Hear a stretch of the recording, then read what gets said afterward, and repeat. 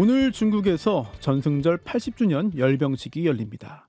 이번 행사가 전 세계의 주목을 받는 이유는 시진핑 주석, 푸틴 대통령, 그리고 김정은 국무위원장이 한자리에 모이기 때문인데요. 우리에게 큰 영향을 줄 수 있는 북한, 중국, 러시아 3국의 최고 지도자가 베이징 천안문 막루에 나란히 설 것으로 보입니다. 특히 전용열차를 타고 어제 베이징에 도착한 김정은 위원장, 6년 8개월 만에 중국 방문이잖아요. 그리고 다자외교 무대에 처음 나섭니다.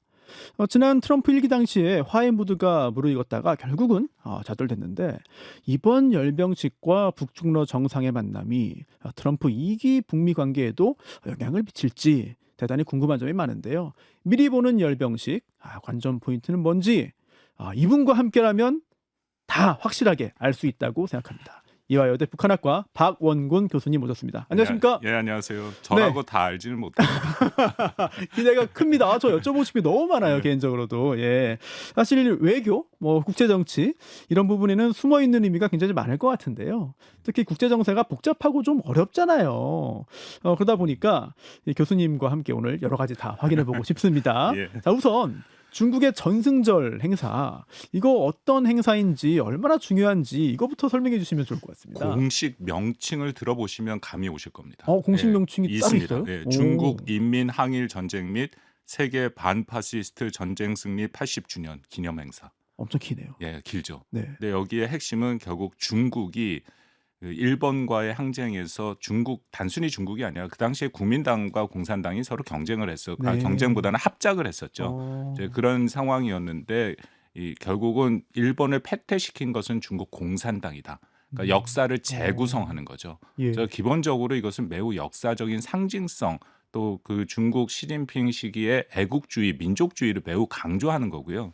이런 식으로 이 전승절이라고 부르면서 기념한 거는 바로 시진핑 정부 들어서입니다. 2014년 이후에 9월 3일을 법정 기념일. 사실 일본이 항복한 날은 9월 2일인데 3일을 법정 기념일로 했고, 우리한테 잘 알려진 2015년 당시에 박근혜 전 대통령이 네. 그 전승절 70주년 기념식에 갔죠. 그때 이런 식으로 열병식을 했고, 이번에 10년 만에 열병식을 했다.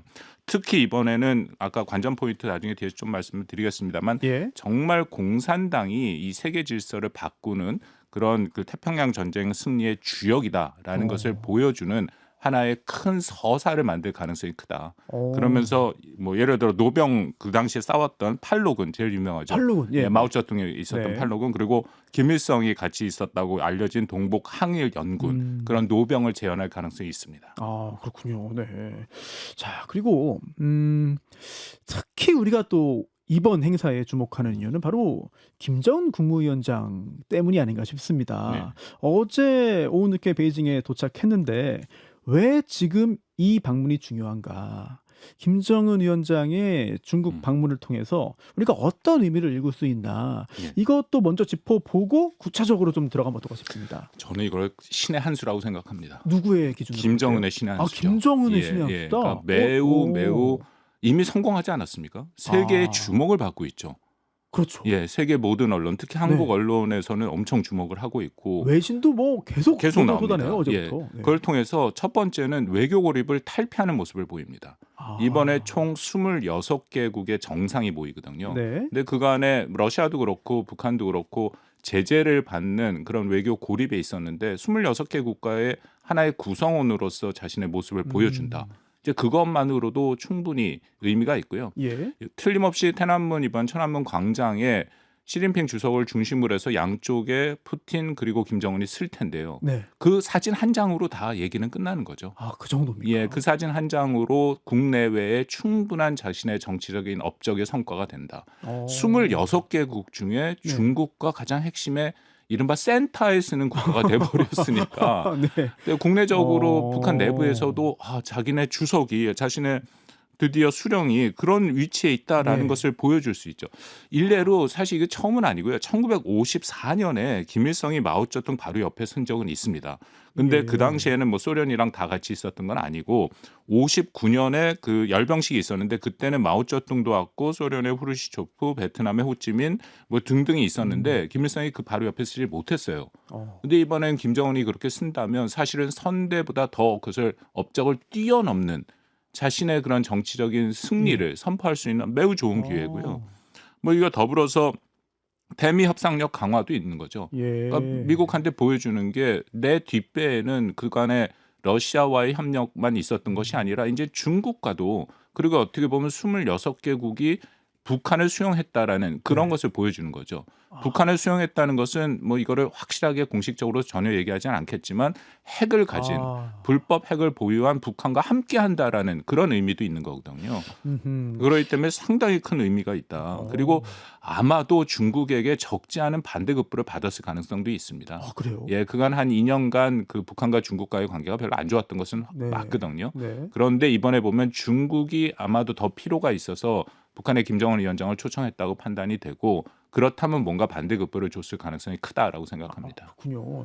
결국 지금 말씀하신 내용들을 좀 종합해 보면은 핵을 보유한 이제 강대국 중국, 러시아와 같은 반열까지는 아니더라도 같이 설 수 있는 또는 중국과 러시아가 옆에 끼워주는 그런 국가 이런 정도로 국제 정치에서 존재감을 좀 과시할 수 있는 그런 계기로 삼는 거 아니냐. 그렇죠. 26개 국가가 왔는데 정상이 네. 그중에 가운데 3개 국가가 쓰는데 북한이 들어갔다. 거기는 이란도 있고 다른 국가들도 있거든요. 예. 결국은 그 북한이 여기에 쓰게 된 것은 중국의 입장에서 지정학적으로 전략적으로 중요한 국가이기도 하지만 네. 핵을 보유했다라는 의미도 있지 않습니까? 예.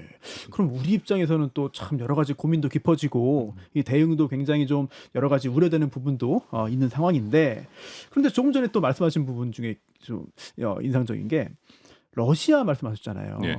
그동안 중국과 좀 거리가 좀 있어 보였다. 반면 또 우크라이나와 러시아의 군사 분쟁에 또 북한군 파병하면서 예. 러시아와는 또 상당히 좀 가까워 보였거든요. 그런데 교수님께서 얼마 전에 또 이런 말씀하셨던 거 기억해요. 이거 시계추 외교 아니냐. 예, 예. 그래서 러시아와 중국을 왔다 갔다 하면서 양쪽에서 다 이익을 얻는 예. 이런 북한 특유의 외교 아니냐. 예. 이렇게도 볼 수 있을까요? 그렇습니다. 이건 전통적인 북한 외교인데요. 전통입니까? 쉽게 말씀드리면 한국과에 올인하지 않는다라는 거죠. 예. 냉전 시기에도 당시 소련과 중국 사이에서 시계추 혹은 등거리 외교를 했습니다. 등거리 외교. 여러분들 뭐 잘 아시는 그 주체 사상이라는 것 자체가 네. 중국과 소련이 사실상 거의 전쟁에 준하는 분쟁을 겪었거든요. 그 와중에 북한의 설 자리가 애매하니까 네. 자주라는 개념을 통해서 우리는 주체적으로 간다 해갖고 만들어진 게 주체 사상이에요. 아. 그 다음부터 한 국가의 모든 것을 올인하지 않는다라는 거고 네. 탈냉전 이후에는 뭐 사실은 최근까지도 미국과 중국 사이의 일종의 이제 주타기 같은 거죠. 시계추 외교. 근데 당연히 러시아와 중국 사이에서도 그런 모습을 보이고 있다. 근데 문제는 러시아와 중국의 국력이 굉장히 차이가 나지 않습니까? 네. 중국이 훨씬 더 국력이 러시아도 사실 중국에 지금 의존하고 있는 상황이고. 그렇게 봐야 예. 됩니까? 그런데 그간에 중국이 북한의 김정은이 원하는 것을 다 들어주지를 않았어요. 그러니까 북한의 김정은이 원하는 것은 러시아처럼 그냥 제재를 다 무시하고 네. 경제적인 협력을 하고 경제적인 지원을 하는 건데 중국은 그렇지 않았거든요. 예. 그래서 거기에 대한 불만이 있어서 러시아와의 더 협력을 강화했고 이제 그것이 다시 중국을 끌어들이는 하나의 동력이 네. 될 수도 있다라고 봅니다. 네. 아니 북한과 중국 관계 얘기 나온 김에 어제 국회에서 국정원이 이렇게 보고했거든요.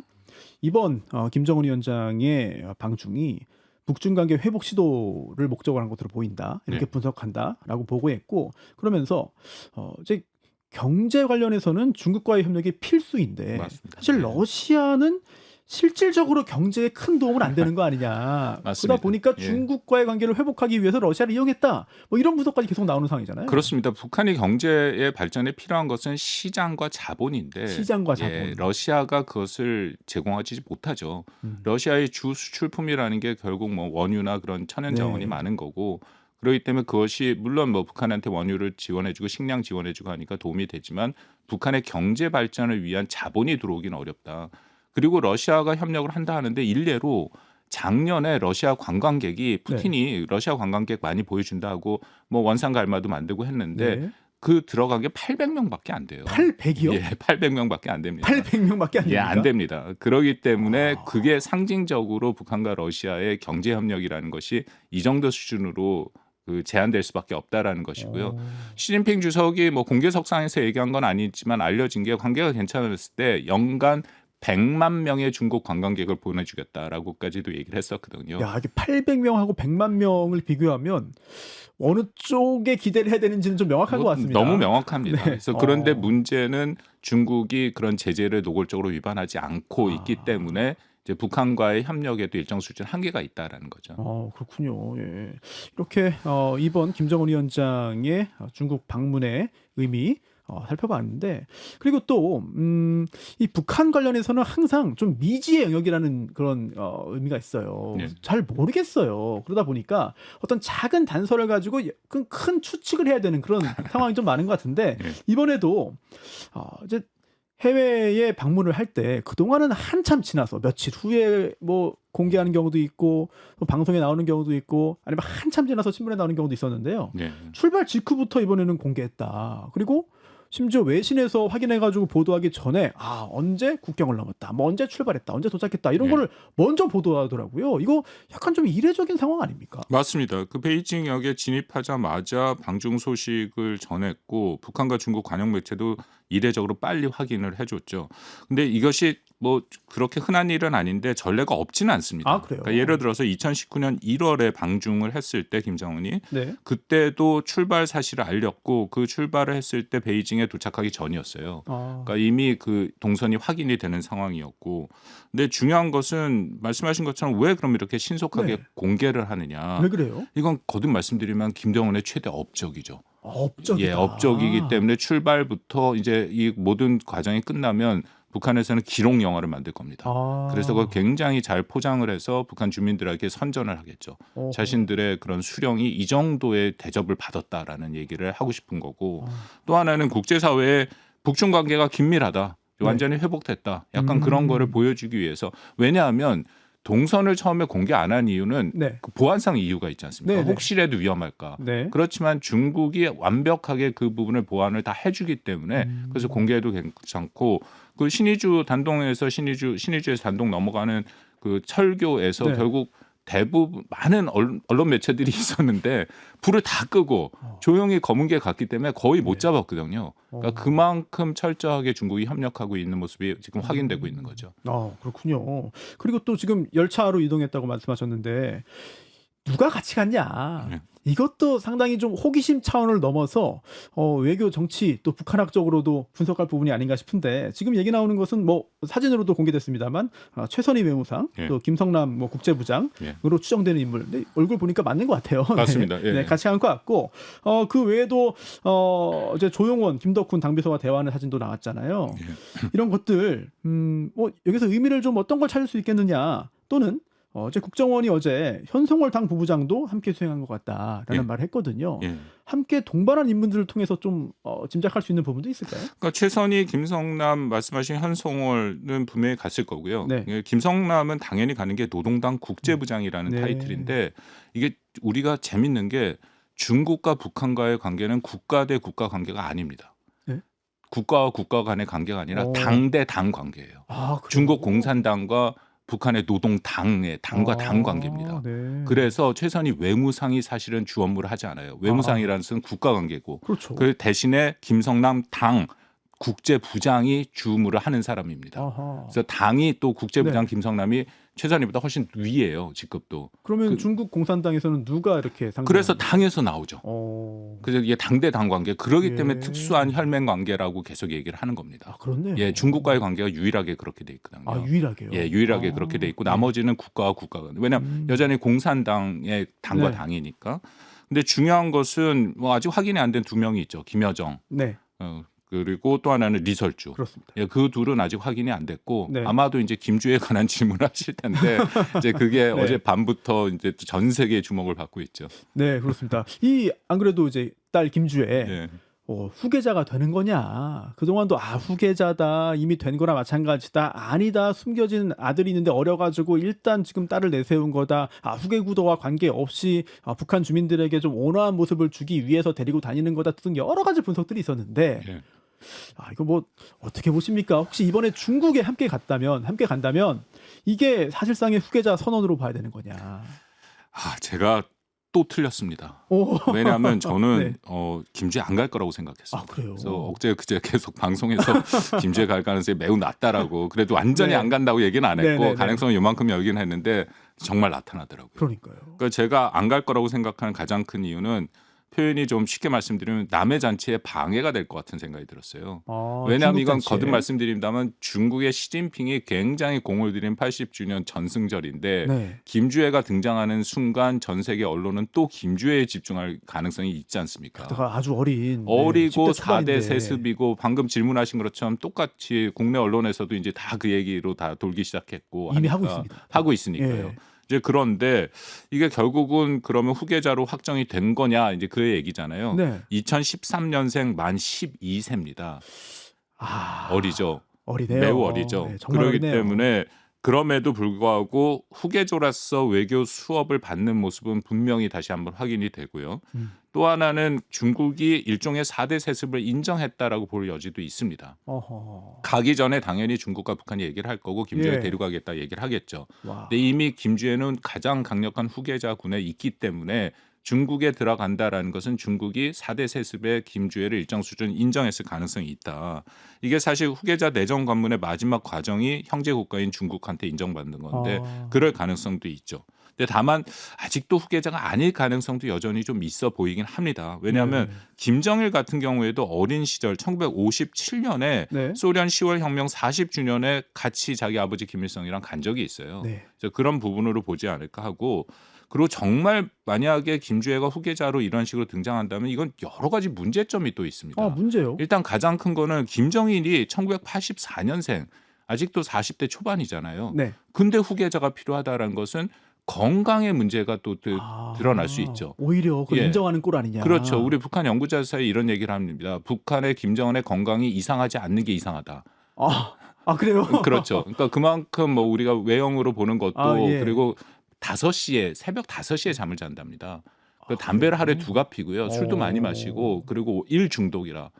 그리고 몸무게는 뭐 우리가 눈으로 확인이 네네, 되지 않습니까? 그렇죠. 각종 성병이 다 있을 수밖에 없는 것이고 그렇기 때문에 이 건강 이상설이 왜 이렇게 어린 딸을 데리고 다니느냐 그런 부분도 있는 거고 또 하나는 이게 북한이 굉장히 가부장적 사회인데 네. 그 딸을 그렇게 그 수령으로 과연 북한 주민들한테 설득할 수 있을까의 문제 또 이게 한 가지 중요한 게 김씨 혈통이잖아요. 백두 가문 혈통이라고. 네네. 근데 만약 김주애가 결혼을 하게 되면 예. 그 또 아이가 그 다음에 만약 5대 세습으로 간다면 김씨가 아닐 수도 있잖아요. 그렇네요. 이런 얘기를 했더니 그 예. 다른 북한 연구자가 그건 간단하대요. 북한에서는 예. 그냥 성을 바꿔버리면 김씨로 된다. 뭐 가능하니까 모든 게 가능한 게 북한이니까. 야, 이거 무슨 왕조의 기준으로 해석을 해야 되는 그런 그러기 상황이기도 합니다. 때문에 또 가장 결정적인 것은 원래 북한의 후계자가 등장할 때는 우상화 작업이 있습니다.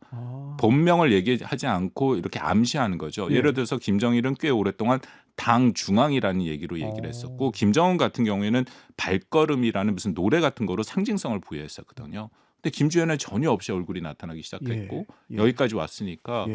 글쎄 뭐 정말 후계자라면 이건 북한 내부에서도 적지 않은 도전 요인은 있어 보입니다.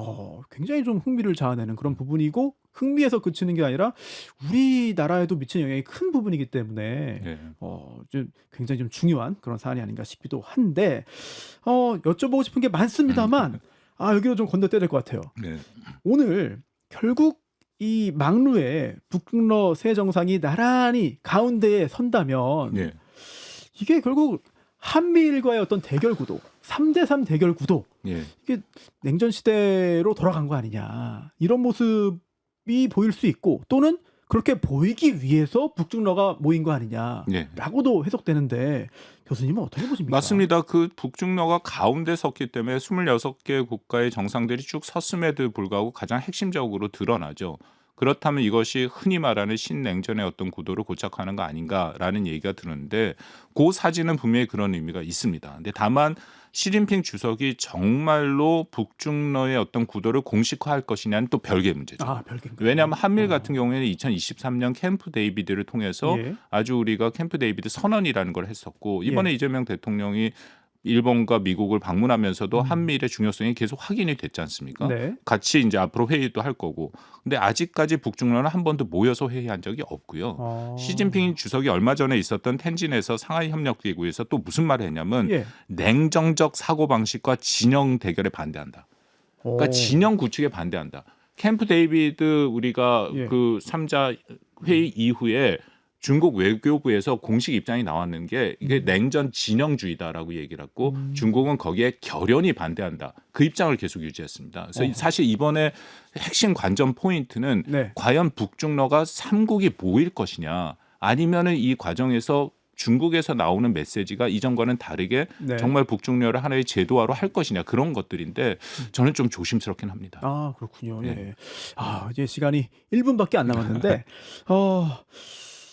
그동안 김정은 위원장이 중국을 방문한 다음에 직후에 그 미국과의 어떤 여러 가지 대화를 한 적이 있잖아요. 또는 네. 반대로 미국과의 대화를 앞두고 중국을 먼저 갔던 적이 있고 또는 미국과 대화를 한 다음에 중국을 갔던 적도 있고 그래서 네. 이번에도 혹시 미국과의 대화와 어떤 관련성이 있느냐라는 네. 짐작도 나오는데 요 질문과 함께 묶어서 참 죄송스럽습니다만 오늘 이후에 주변 정세까지 함께 시간 1분밖에 없네요. 네.